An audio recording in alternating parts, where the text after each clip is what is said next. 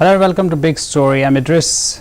The 2025 Union Budget has brought some hope to the middle class, with the government raising the income tax exemption threshold, offering much needed relief. But while this step is a positive move towards causing financial strain, it is clear that the tax cuts alone will not guarantee long-term empowerment. Key areas like healthcare, education, and job security remain pressing concerns. The middle class might breathe easier today, but can the relief provided translate into lasting stability? Tonight, we will explore whether the government's approach will evolve into a holistic plan for sustainable growth, or if it will fall short of the deeper reforms needed to truly strengthen this vital segment of our society. And that's our big story today.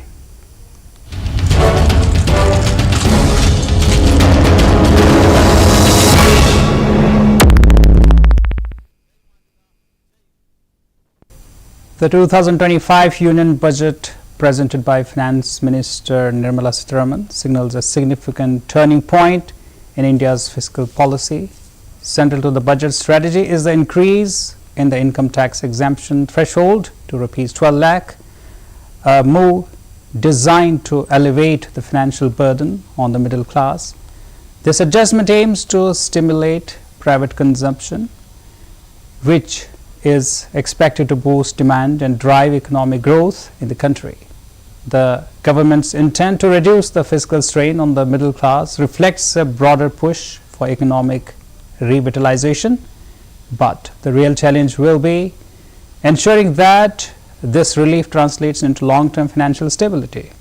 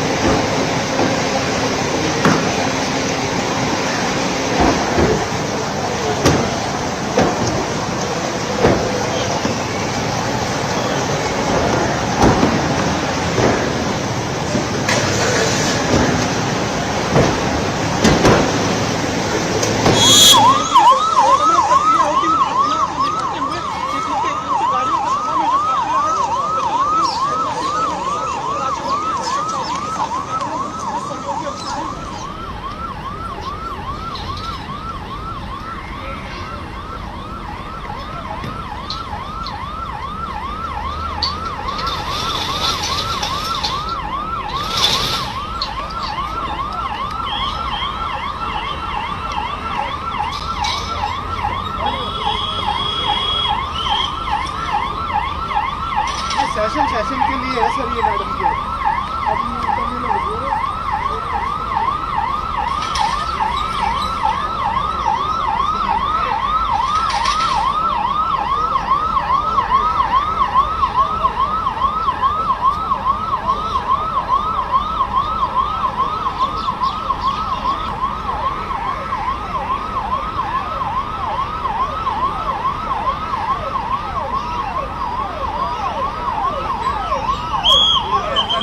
परिसर में और उनके साथ में मौजूद है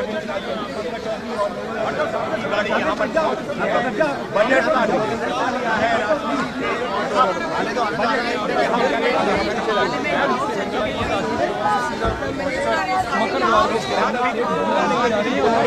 है, लेकिन इसके बाद लोकसभा यहाँ पर है आदि Lok Sabha with a copy of budget she went to table the budget and for Nirmalasitharaman has now reached Parliament, and these are divisions coming in from Parliament and see table the report of the cabinet will take clear you should sign the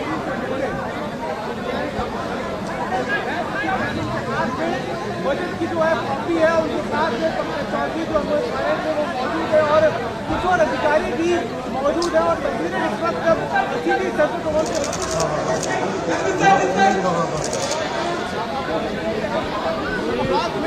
बाबा जरा एक second पकड़िए, फीता बांध।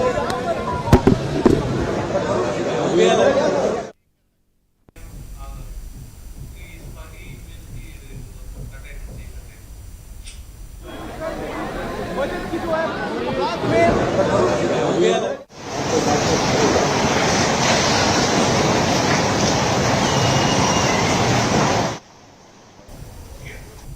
While the tax increase exemption provides much needed relief, it does not fully address the deeper economic vulnerabilities that persist within the middle class. Structural issues such as inflation, stagnant wages, and inadequate social security continue to undermine the financial security of this group. The middle class, often seen as the backbone of India's economy, is caught between limited welfare programs for lower income groups and tax incentives for high income earners. The government's fiscal decision must extend beyond tax relief to exclude policies that target these persistent economic pressures for the middle class to thrive. Good evening to all of you. Today is budget day. I have an opening statement which will take me about 5 to 6 minutes to read. And after that, my good friend Mr. Gaurav Gogoi will speak in Hindi, and then we'll take a few questions.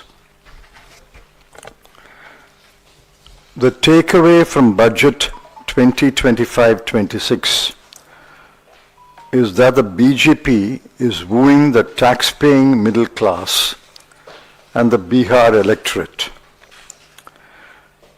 These announcements will be welcomed by the 3.2 crore tax-paying middle class and the 7.65 crore voters of Bihar. For the rest of India, the Honorable Finance Minister had no more than soothing words, punctuated by the applause of BJP members led by the Honorable Prime Minister. Let me first look at the definition of the middle class in India remains fluid, shaped by regional disparities and evolving economic conditions. Unlike the rigid class structure seen in Western economies, the Indian middle class spans a wide income range from rupees 6 lakh to 30 lakh annually. This segment contributes significantly to the economy, but through domestic consumption and investment. However, despite its crucial role, this demographic is facing growing financial insecurity. Factors such as rising living cost, increasing reliance on credit, and shrinking savings have strained middle class households, making their financial well-being more fragile than ever before. Bharat की विकास यात्रा का एक महत्वपूर्ण पड़ाव है। ये 140 करोड़ भारतीयों की आकांक्षाओं का बजट है। ये हर भारतीय के सपनों को पूरा करने वाला बजट है। हमने कई सेक्टर्स युवाओं के लिए खोल दिए हैं। सामान्य नागरिक विकसित भारत के मिशन को ड्राइव करने वाला है। ये बजट एक फोर्स मल्टीप्लायर है। ये बजट सेविंग्स को बढ़ाएगा, इन्वेस्टमेंट को बढ़ाएगा, कंजम्पशन को बढ़ाएगा और ग्रोथ को भी तेजी से बढ़ाएगा। मैं वित्त मंत्री निर्मला सीतारमण जी और उनकी पूरी टीम को इस जनता जनार्दन का बजट, पीपल्स का बजट, इसके लिए बहुत बहुत बधाई देता हूं। साथियों, आमतौर पर बजट का फोकस इस बात पर रहता है कि सरकार का खजाना कैसे भरेगा। लेकिन ये बजट उससे बिल्कुल उल्टा है। लेकिन ये बजट देश के नागरिकों की जेब कैसे भरेगी, देश के नागरिकों की बचत कैसे बढ़ेगी और देश के नागरिक विकास के भागीदार कैसे बनेंगे, ये बजट इसकी एक बहुत मजबूत नींव रखता है। साथियों, इस बजट में रिफॉर्म की दिशा में महत्वपूर्ण कदम उठाए गए हैं। न्यूक्लियर एनर्जी में प्राइवेट सेक्टर को बढ़ावा देने का निर्णय बहुत ही ऐतिहासिक है। ये आने वाले समय में सिविल न्यूक्लियर एनर्जी का बड़ा योगदान देश के विकास में सुनिश्चित करेगा। बजट में रोजगार के सभी क्षेत्रों को हर प्रकार से प्राथमिकता दी गई है। लेकिन मैं दो चीजों पर ध्यान आकर्षित करना चाहूंगा। उन रिफॉर्म्स की मैं चर्चा करना चाहूंगा जो आने वाले समय में बहुत बड़ा परिवर्तन लाने वाले हैं। एक, इंफ्रास्ट्रक्चर स्टेटस देने के कारण भारत में बड़े शिप्स के निर्माण को बढ़ावा मिलेगा। आत्मनिर्भर भारत अभियान को गति मिलेगी। और हम सब जानते हैं कि शिप बिल्डिंग ये सर्वाधिक रोजगार देने वाला क्षेत्र है। उसी प्रकार से देश में टूरिज्म के लिए बहुत संभावना है। महत्वपूर्ण 50 टूरिस्ट डेस्टिनेशन, वहां पर जो होटल्स बनाएंगे, उस होटल को पहली बार इंफ्रास्ट्रक्चर के दायरे में लाकर टूरिज्म पर बहुत बल दिया है। इससे हॉस्पिटैलिटी सेक्टर को, जो रोजगार का बहुत बड़ा क्षेत्र है, और टूरिज्म जो रोजगार का सबसे बड़ा क्षेत्र है, एक प्रकार से चारों तरफ रोजगार के अवसर पैदा करने वाला एक क्षेत्र को ऊर्जा देने वाला काम करेगा। आज देश विकास भी विरासत भी इस मंत्र को लेकर चल रहा है। इस बजट में भी इसके लिए भी बहुत महत्वपूर्ण और ठोस कदम उठाए गए हैं। 1 करोड़ पांडुलिपियों के लिए संरक्षण के लिए, मैन्युस्क्रिप्ट के लिए ज्ञान भारतम मिशन लॉन्च किया गया है। साथ ही भारतीय ज्ञान परंपरा से प्रेरित एक नेशनल डिजिटल रिपोजिटरी आज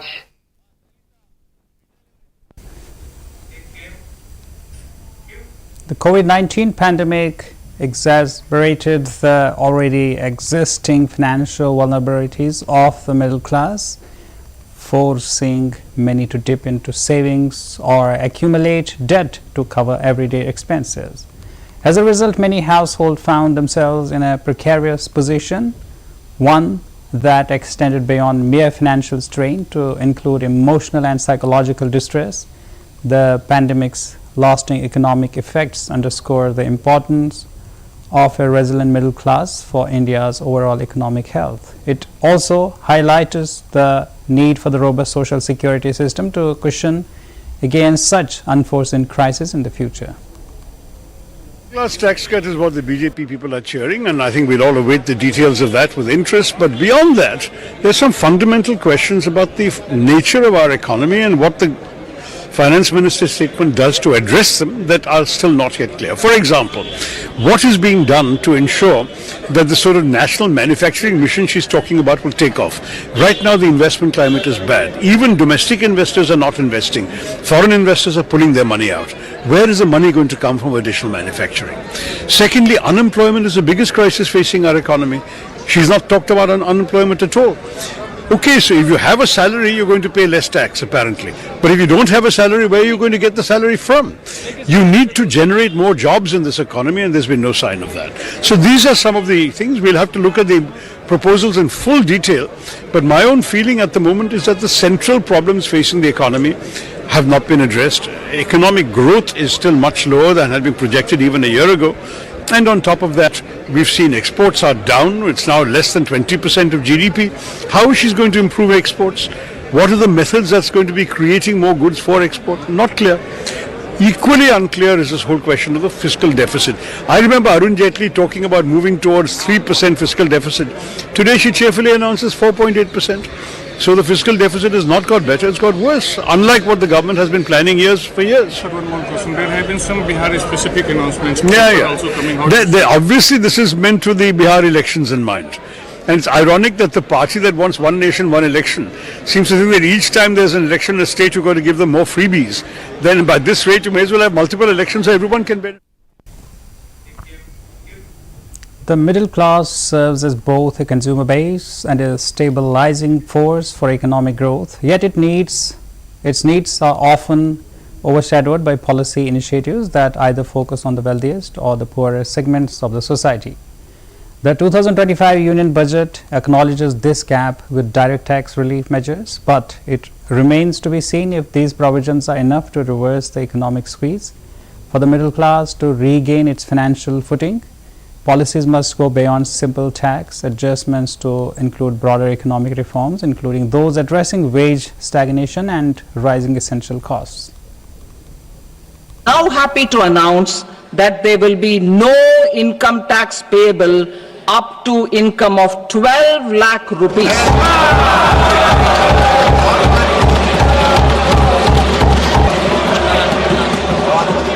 So, average income of 1 lakh per month other than the special rate income such as capital gains under the new regime. This limit will be 12.75 lakh for salaried taxpayers due to the standard deduction of 75,000. Slabs and rates are being changed across the board to benefit all taxpayers. The new structure will substantially reduce the taxes of the middle class and leave more money in their hands, boosting household consumption, savings and investment. Nuclear energy mission for Vikasit Bharat. Development of at least 100 gigawatt of nuclear energy by 2047 is essential for our energy transition efforts. For an active partnership with the private sector towards this goal, amendments to the Atomic Energy Act and the Civil Liability for Nuclear Damage Act will be taken up. A nuclear energy mission for research and development of small modular reactors with an outlay of 20,000 crore will be set up. At least 5 indigenously developed small modular reactors will be operationalized by 2033. The government's fiscal strategy revolves around stimulating consumption-led growth, with the increase in the tax exemption threshold as a cornerstone of this approach.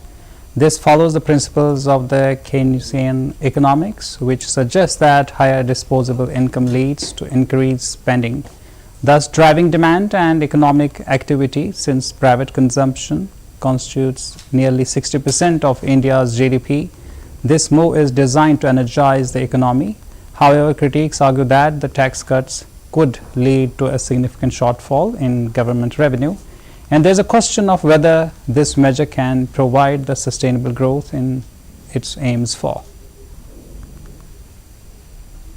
Passengers in the next 10 years, 4 crore additional passengers in the next 10 years. The scheme will also support helipads and smaller airports in hilly, aspirational and northeast regional districts. Greenfield airports will be facilitated in Bihar to meet the future needs of the state. will be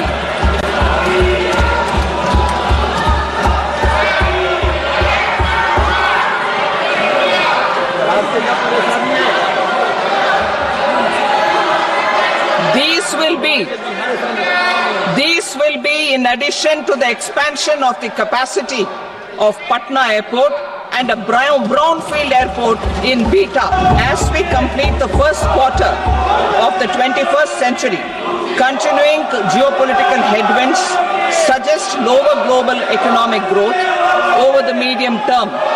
However, our aspiration for a Vikasit Bharat inspires us, and the transformative work we have done during our government's first 2 terms guides us to march forward resolutely. Our economy is the fastest growing among all major economies. Our development track record for the past 10 years and structural reforms have drawn global attention. Confidence in India's capability and potential has only grown in this period. Prime Minister Dhan Dhanya Krishi Yojana, Developing Agri-Districts Program. Motivated by the success of the Aspirational District Program, our government will undertake a Prime Minister Dhan Dhanya Krishi Yojana in partnership with states. Through the convergence of existing schemes and specialized measures, the program will cover 100 districts with low productivity, moderate crop intensity, and below average credit parameters. It aims to 1. Enhance agricultural productivity, 2. Adopt crop diversification and sustainable agricultural practices, 3. Augment post-harvest storage at the panchayat and block level, 4. Improve irrigation facilities, and 5. Facilitate availability of long-term and short-term credit. Over the past 10 years, our government has implemented several reforms for convenience of taxpayers, such as faceless assessment, 2. Taxpayer charter, 3. Faster returns, 4. Almost 99% returns. I am now happy to announce that there will be no income tax payable up to income of 12 lakh rupees.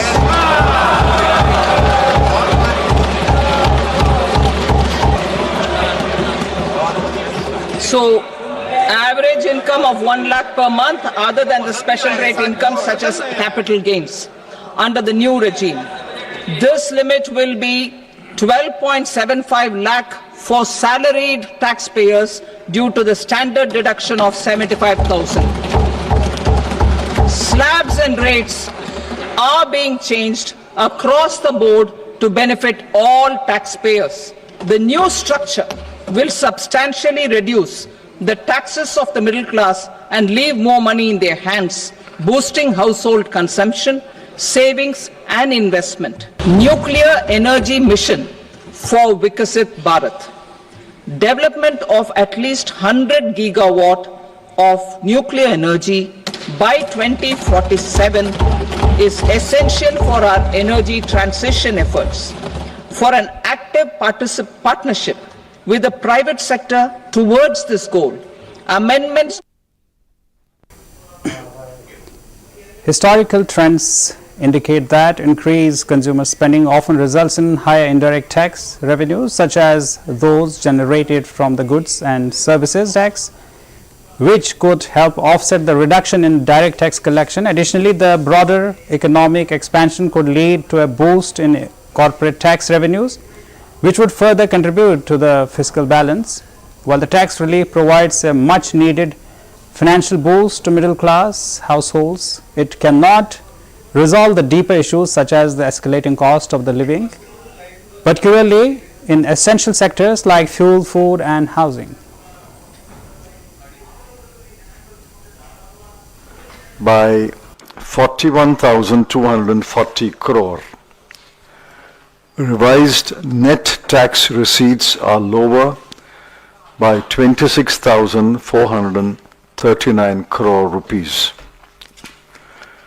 On the expenditure side, total expenditure has been cut by rupees 1,40,000 4,025 crore, and capital expenditure has been cut by rupees 92,682 crore. Of this cut, the sectors that have suffered most and the amounts of cuts are health, 1,255 crore rupees, education, 11,584 crore rupees, social welfare, 10,019 crore rupees, agriculture, 10,992 crore rupees, rural development, 75,133 crore rupees, urban development, 18,907 crore rupees, and the development of the Northeast, 1,894 crore rupees. The cruelest cuts were in allocations for the scheduled caste, scheduled tribes, OBC and minorities. Here are a few examples. As we wrap up tonight's discussion on the 2025 Union Budget, one thing is clear. While the relief provided to the middle class is a step in the right direction, it's only a part of the solution. For true empowerment, a broader, more sustainable approach is needed. One that addresses not just immediate financial pressures, but also the structural challenges of the healthcare, education, and job security. The coming months will tell whether the government's policies can deliver on the promise of long-term stability and growth. Thank you for joining us on Big Story. I'm Idris, and we will continue to keep you updated on how these developments unfold. Thank you for watching.